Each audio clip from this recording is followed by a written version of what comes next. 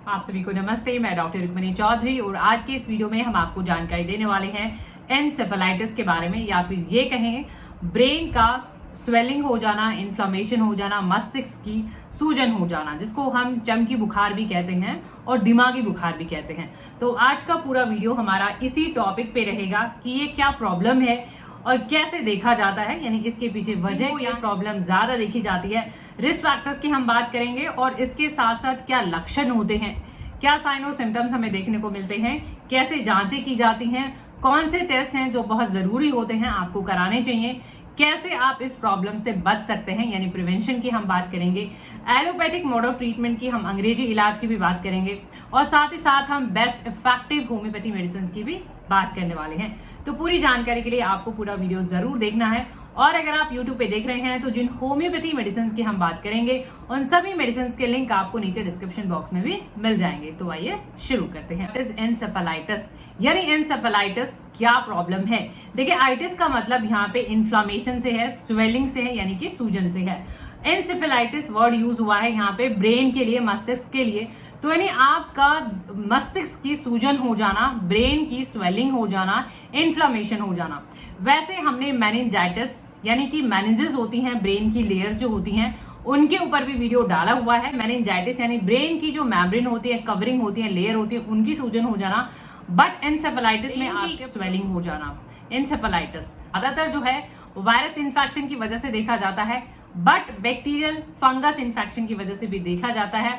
और आपका जो इम्यून सिस्टम होता है, यानी कि रोग प्रतिरोधक जो आपका सिस्टम है, उसमें मिस्टेकनली वो गलती से अगर खुद ही ब्रेन की कोशिकाओं को नष्ट करने लग जाए तो वो भी एक वजह है। तो रिस्क फैक्टर, जैसा कि अभी हमने बताया कि ज्यादातर जो है कॉमनेस्ट कॉज जो है वायरस देखा जाता है। लगभग 70 to 80%, 70 से 80% ये ज्यादातर वायरस की वजह से ही देखा जाता है। कुछ फंगस की वजह से, कुछ पैरासिटिक वर्म्स की वजह से, कुछ टिक की वजह से। तो यानी कि ये भी इन्फेक्शन के लिए ब्लेम किए जा सकते हैं। अगर हम रिस्क फैक्टर्स की कि किनको ये प्रॉब्लम ज्यादा देखी जाती है, देखिए ओल्डर अडल्ट जो होते हैं, यानी जिनकी एज ज्यादा होती है, वो रिस्क फैक्टर्स पे होते हैं। इम्यून सिस्टम, जिनकी रोग प्रतिरोधक क्षमता कम होती है, उनमें भी ज्यादातर देखे जाते हैं। और अगर हम बात करें ऐसी जगह पे अगर आप रहते हैं जहां पे मॉस्किटो, मच्छर बहुत ज्यादा होते हैं, तो ऐसा भी ये भी एक जो है रिस्क फैक्टर बन जाता है कि अगर आपको ये प्रॉब्लम है एनसेफेलाइटिस, जिसको हम दिमागी बुखार या चमकी बुखार कहते हैं, तो क्या लक्षण जो है हमें देखने को मिल सकते हैं। देखिए, अगर हम बात करें साइन और सिम्टम्स की, इसको हम दो कैटेगरी में रख सकते हैं। एक होता है मॉडरेट केस। मॉडरेट केसेस जो है अच्छे से रेस्पॉन्स दे देते हैं और कोई कॉम्प्लिकेशन यानी उनके कोई नुकसान भी नहीं देखे जाते हैं और इजिली वो अगर डायग्नोस हो जाते हैं, टाइमली अगर वो डायग्नोस हो जाते हैं, तो उनका प्रॉम्प्ट ट्रीटमेंट अगर हो जाए, जल्दी से इलाज में मिल जाए, तो ज्यादा कोई नुकसान नहीं देखा जाता है। तो मॉडरेट केस की हम बात कर लेते हैं। एक तो आपका हेडेक होना, सर में दर्द होना, सर भारी होना, कई बार गर्दन का स्टिफनेस देखे जाना, गर्दन अकड़न से भी हो जाना, मूवमेंट में डिफिकल्टी होना, हाथ पैरों का भी स्टिफनेस बहुत होती है। और फोटोफोबिया की अगर हम बात करें, यानी आप सेंसिटिव हो जाते हैं लाइट के लिए, लाइट में आपको ज्यादा दिक्कत हो, क्लमजीनेस देखी जाती है, बहुत ही डलनेस और डिजीनेस देखी जाती है, बहुत ही थकान, लेथार्जिक, फ्लू लाइक सिम्टम भी कई बार हमें देखने को मिल सकते हैं, क्योंकि वायरल इन्फेक्शन की वजह से क्रिटिकल केस होते हैं। देखिए, क्रिटिकल केस में वैसे इमरजेंसी मेडिकल हेल्प की भी रिक्वायरमेंट रहेगी। क्रिटिकल जो केसेस हैं, सीवियर केसेस की अगर हम बात करें, तो उनमें सिम्टम्स थोड़े से और एग्रेवेटेड फॉर्म में हो जाएंगे।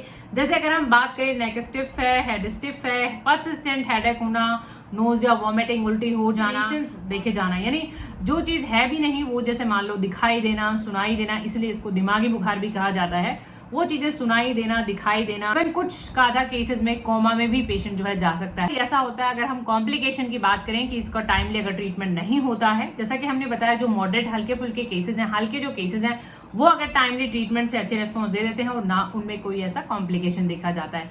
बट ऐसे अनट्रीटेड केसेस जो होते हैं, जिनको काफी टाइम से प्रॉम्प्ट ट्रीटमेंट नहीं मिल पाता है, तो उनमें कॉम्प्लिकेशन देखे जा सकते हैं। अगेन बात करेंगे कंफ्यूजन का, लॉस ऑफ मेमोरी का, बोलने में दिक्कत होना, एफेजिया हो सकता है, स्पीच प्रॉब्लम होना, सुनाई देने में प्रॉब्लम होना, हियरिंग प्रॉब्लम, ये एडवांस केसेस में भी मिल जाते हैं और ये एज ए कॉम्प्लिकेशन भी मिल जाता है। अब बात करते हैं हम ट्रीटमेंट की। पहले हम ट्रीटमेंट इन एलोपैथी डिस्कस कर लेते हैं। देखिए, एलोपैथिक ट्रीटमेंट में हमेशा आपका अंडरलाइन कॉज तो देखा ही जाता है कि आपको किस वजह से ये प्रॉब्लम है।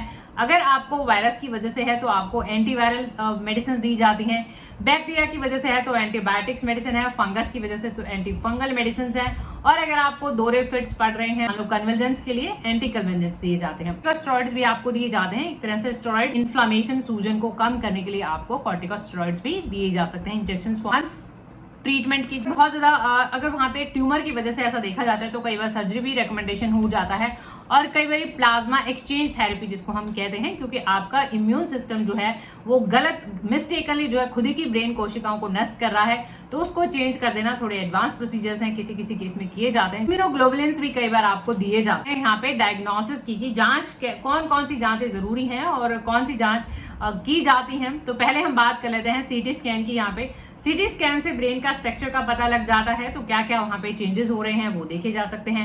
एमआरआई इसके लिए एक बेस्ट ऑप्शन माना जाता है, क्योंकि एमआरआई से काफी सारी जो चीजें हैं जो रूल आउट हो जाती हैं कि किसी ट्यूमर की वजह से तो ऐसा नहीं है, या फिर कोई स्ट्रोक है, एन्यूरिज्म है। तो ईईजी भी करते हैं कई बार ब्रेन की इलेक्ट्रिकल एक्टिविटीज देखने के लिए। तो इसमें क्या होता है कि जो इलेक्ट्रिकल इम्पल्स हैं वो बहुत ही शार्प देखी जाती है एंसेफेलाइटिस के केसेस में, तो वो भी कर सकते हैं।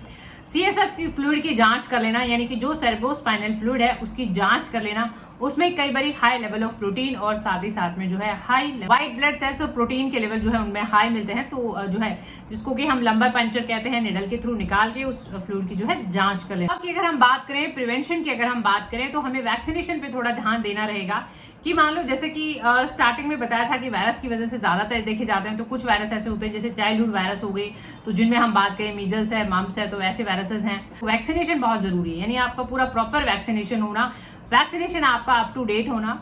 और साथ में हमने बात करी थी रिस्क फैक्टर्स में कि ऐसे एरिया जहाँ पे मच्छर ज्यादा होते हैं, मॉस्किटो बॉर्न भी है, तो फिर ऐसे तो अपने आप को बचाएं कि आप मॉस्किटो बाइट से आप अपने आप को बचाएं। बात कर लेते हैं हम बेस्ट इफेक्टिव होम्योपैथी मेडिसिन। देखिए होम्योपैथी ट्रीटमेंट की अगर हम बात करें, जहां पे एलोपैथी आपके अंडरलाइन कॉज पे डिपेंड करता है, वहीं पे होम्योपैथी आपकी एज अ होल, यानी आपका क्या पूरा केस रिप्रेजेंटेशन है, आपको कौन कौन से सिम्टम है, मॉडरेट है, माइल्ड है, मॉडरेट है या फिर सीवियर है, कौन सिम्टम्स आप में आ रहे हैं, फिट्स का केस है, दौरों का केस है, या बहुत ही ज्यादा हेडेक है, यानी कौन सा पार्ट ज्यादा अफेक्टेड है, पूरा सिम्टम क्या है आपके, totality of symptom, complete case picture क्या है। तो होम्योपैथी इसके ऊपर डिपेंड करता है। ग्लोनाइन से देखिए, ग्लोनाइन होम्योपैथी का एक ऐसा मेडिसिन है जो हेडेक में, इन्फ्लामेशन में, सूजन में बहुत अच्छा मेडिसिन माना जाता है। एक तरह से आपको बहुत ज्यादा सीवियर हेडेक होना और हेडेक के साथ थ्रॉबिंग हेडेक भी जिसको कह सकते हैं, यानी आपको ऐसा लगता है आपकी नसें फट रही हैं। और ग्लोनाइन सन स्ट्रोक में, जैसे मान लो धूप की वजह से ज्यादा प्रॉब्लम हो, सबसे जो मोस्ट इंपॉर्टेंट सिम्टम होता है, ऐसा लगता है कि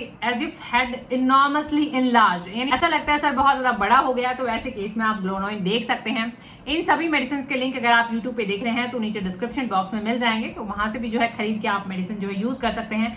एक बार में एक ही मेडिसिन लेनी है और ट्राई करना है, अपना केस खुद समझना कि क्या केस है, क्या पूरा पिक्चर, ड्रग पिक्चर, पूरा पेशेंट का पिक्चर क्या है।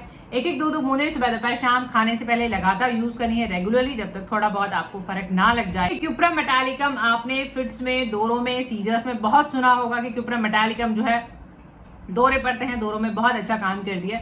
तो ऐसा इंसेफेलाइटिस का केस हमारे पास जिसमें दौरे बहुत प्रोमिनेंट मिल जाएंगे, हमें कन्वल्जेंस बहुत मिल जाएंगे, तो ऐसे केस में जो है हम क्यूप्रा मेटालिकम प्रेफर करते हैं।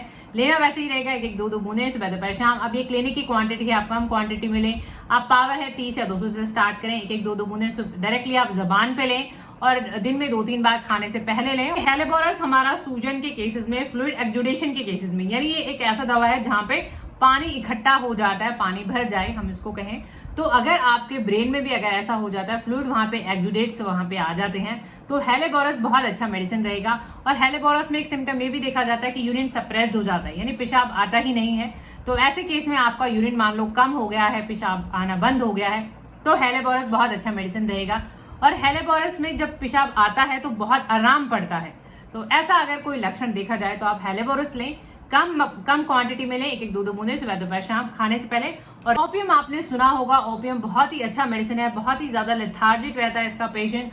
ओपियम में भी जो है बहुत ही डिल्यूजन्स वगैरह, हेलुसिनेशन से देखा जाएगा, और ओपियम में कॉन्स्टिपेशन भी देखा जाएगा। और ओपियम में पेशेंट्स को इतनी ज्यादा प्रॉब्लम होती है बट पेशेंट कंप्लेन ही नहीं करते हैं, उनको कोई वो नहीं है कि डजंट कंप्लेन अबाउट हिमसेल्फ की कोई दिक्कत है, तो अगर ऐसे केसेस हैं तो वहाँ पे ओपियम देखा जा सकता है। बहुत ही अच्छा मेडिसिन है। जहाँ पे अब्यूज ऑफ एल्कोहल हुआ है, यानी बहुत ज़्यादा एल्कोहलिक्स में हम बात करें या फिर ड्रग अब्यूज के केसेस में बहुत ज़्यादा मेडिसिन आपने यूज़ कर ली हैं, तो ऐसे केसेस में कोई गैस्ट्रिक इश्यूज हैं, तो अगर ये सभी सिम्टम मिल जाएं तो हम नैक्सोमी का डॉक्टर एक्वेक R1 ड्रॉप, देखिए ये एक ऐसा दवा है जो हर तरीके के इन्फ्लामेशन में, अगर हम बात करें टॉन्सिल्स की, यानी बॉडी में किसी भी ऑर्गन का अगर इन्फ्लामेशन हो जाए, एक्यूट इन्फ्लामेशन हो जाए, एंसेफेलाइटिस भी एक तरह का एक्यूट इन्फ्लामेशन है, तो ऐसे केसेस में आप R1 ले सकते हैं थोड़े से पानी में 5-10 ड्रॉप मिक्स करके दिन में 2-4 बार। सो होपफुली ये वीडियो आपकी मदद कर सके, वीडियो से आपकी मदद हो रही है, वीडियो आपको इन्फॉर्मेटिव लग रही है, तो प्लीज आप इन वीडियोस को लाइक शेयर करें, चैनल को सब्सक्राइब करें, बेल आइकॉन घंटी जरूर दबाएं अपडेटेड रहने के लिए।